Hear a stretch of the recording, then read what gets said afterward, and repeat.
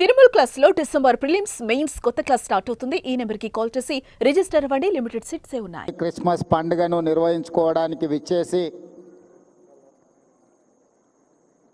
100 సంవత్సరాలు ఈ మెదక్ చర్చ్ నిర్మాణం, ఈ దేవాలయ నిర్మాణం జరిగిన కార్యక్రమాన్ని అద్భుతంగా నిర్వాహకులు నిర్వహించిన ఈ కార్యక్రమంలో కాంగ్రెస్ పార్టీ తెలంగాణ అధ్యక్షులు, సహచర మంత్రివర్గ సభ్యులు, పార్లమెంట్ సభ్యులు, శాసనమండలి సభ్యులు, శాసనసభ్యులు, మత ప్రవక్తలు, ప్రభు భక్తులందరూ కూడా వేలాదిగా ఇక్కడికి తరలి వచ్చి ఈ శుభకార్యంలో పాల్గొన్న ప్రతి ఒక్కరికి క్రిస్మస్ శుభాకాంక్షలు నేను తెలియజేస్తున్నా. మీ అందరికీ, భక్తులందరికీ.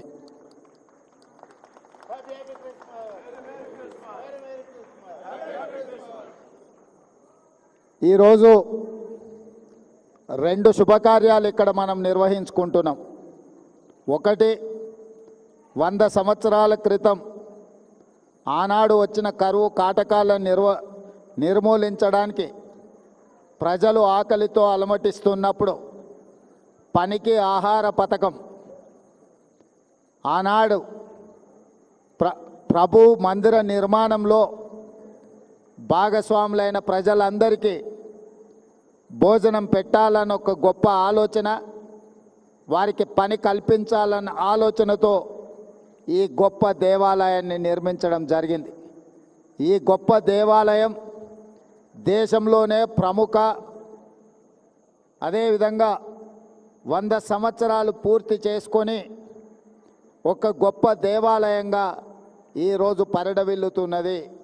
ఇది తెలంగాణ రాష్ట్రానికే గర్వకారణము. ఈరోజు దేశంలోనే గొప్ప చర్చుగా మన మెదక్ చర్చు కీర్తింపబడుతున్నది అని అంటే 100 సంవత్సరాల నుంచి భక్తులు దీన్ని అద్భుతంగా నిర్వహించడం వల్ల ఈరోజు దేశ స్థాయిలోనే మనకు గుర్తింపు వచ్చింది.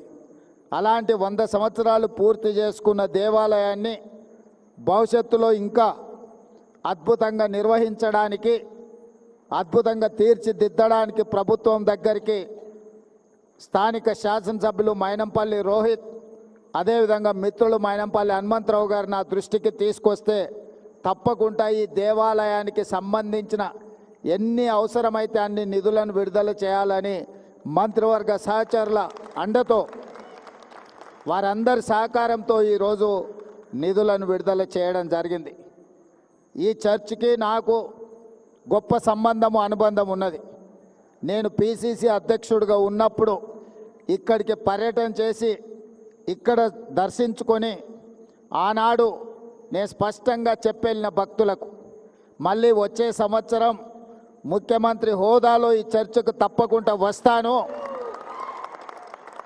భక్తులందరూ ఆశీర్వదించండి, పేదల ప్రభుత్వాన్ని తెచ్చుకోండి, పేదలకు మేలు జరుగుతుంది, ప్రభు ఆశీర్వాదంతో పేదల ప్రభుత్వం ఏర్పాటు చేసుకొని ముఖ్యమంత్రి హోదాలో ఈ చర్చకు తప్పకుండా వస్తాను అని ఆనాడు భక్తులకు మాట ఇచ్చిన. ఈరోజు చర్చ్ నిర్మాణం 100 సంవత్సరాలు పూర్తి చేసుకున్న సందర్భం, అదేవిధంగా క్రిస్మస్ పండుగ కూడా భక్తులందరి సమక్షంలో నిర్వహించుకోవాలని ఈరోజు ఇక్కడికి ప్రాంగణంకి రావడం జరిగింది. చాలా సంతోషదాయకమైన పండగ. మీ అందరినీ కలిసినందుకు నాకు చాలా సంతోషం కలిగింది. నా సూచన, నా విజ్ఞప్తి, పేదల ప్రభుత్వం ఉన్నప్పుడే రైతులకు ఉచిత కరెంటు కానీ, ఈరోజు ఇందిరమ్మ ఇండ్లు ఏవైతే మనం నిర్మిస్తున్నామో అవి ప్రధానంగా దళిత క్రైస్తవులకే అత్యధికంగా ఇవ్వడానికి రాష్ట్ర ప్రభుత్వం ప్రయత్నం చేస్తున్నది. దళితులకు, గిరిజనులకు, దళిత క్రైస్తవులకు, గిరిజన క్రైస్తవులకు అత్యధికంగా లబ్ధి చేకూరుతుంది. ఈరోజు రాజీవ్ ఆరోగ్యశ్రీ ద్వారా 10 లక్షల రూపాయలతో పేదలకు ఉచిత వైద్యాన్ని అందిస్తున్నాము అని అంటే అది కూడా పేదలకే చెందుతుంది. 200 యూనిట్లు ఉచిత కరెంట్ ఈరోజు రాష్ట్ర ప్రభుత్వం అందిస్తున్నది అని అంటే ఇది కూడా పేదలకే చెందుతుంది. 500 రూపాయల పంట బోనస్ వరి పండించిన వాళ్లకు ఈ ప్రభుత్వం ఇస్తున్నది అంటే ఇది కర్షకులకు వారికి చెందుతుంది. 21,000 కోట్ల రూపాయల రైతు రుణమాఫీ చేసినామంటే పేద రైతులకే ఈరోజు ఆ రుణమాఫీ అందింది. ఇలా సంక్షేమ పథకాలు, ఫీజు రియంబర్స్మెంట్. ఈరోజు నేను ఒక మాట స్పష్టంగా చెప్పదలుచుకున్నా. ఆనాడు క్రిస్టియన్ మిషనరీస్ ఏదైతే ఎడ్యుకేషన్, హెల్త్ పట్ల ప్రత్యేకమైన శ్రద్ధ చూపించి పేదలకు ఏ దిక్కు లేని వాడికి ప్రభువే దిక్కు అని ఆనాడు గొప్పగా విద్యను అందించి, వైద్య సేవలను అందించి, సేవ అంటే ఇలా ఉండాలి అని ఈ సంస్థలు చూపించిన బాటలోనే ఈనాడు మా ప్రభుత్వం ఫీజు రియంబర్స్మెంట్ కానీ లేకపోతే రాజీవ్ ఆరోగ్యశ్రీ హెల్త్ పథకం కానీ తీసుకొచ్చినాయి అంటే వీటికి పునాదులు ఆనాడే పడ్డాయి. అదేవిధంగా ఈ మెదక్ చర్చ్ నిర్మాణం, పనికి ఆహార పథకం, కరువు వచ్చినప్పుడు తినడానికి ప్రజలు అలమటిస్తున్నప్పుడు ఆనాడు ప్రముఖులు ప్రజలని కాపాడడానికి వాళ్లకు భోజనం పెట్టి వాళ్లకు పని కల్పించి ఈ చర్చ్ నిర్మాణం జరిగింది. ఈరోజు ఉన్న ఉపాధి హామీ పథకానికి స్ఫూర్తి ఈ చర్చ్ 100 సంవత్సరాల క్రితం నిర్మించినప్పుడు ఏ విధానాన్ని అవలంబించిందో కాంగ్రెస్ పార్టీ అధికారంలోకి వచ్చిన తర్వాత ప్రవేశపెట్టిన ఉపాధి హామీ పథకం, పనికి ఆహార పథకమే. ఇవన్నీ మంచి కార్యక్రమాలు, సంక్షేమ పథకాలు రాష్ట్రం అభివృద్ధి పదం వైపు నడిపించడానికి ఆ ప్రభువు నుండి, భక్తుల నుండి సంపూర్ణమైన ఆశీర్వాదం నా మంత్రివర్గం కోరుకుంటుంది. మీ అందరి ఆశీర్వాదం ఉండాలి.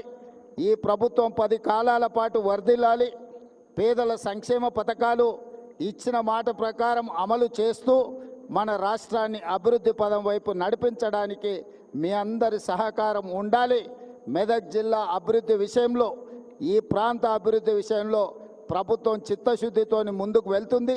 ఈ జిల్లాకు సంబంధించి ఏ విషయాలు ఉన్నా పెద్దలు దామోదర్ రాజనరసింహ గారు, అదేవిధంగా ఇన్ఛార్జ్ మంత్రి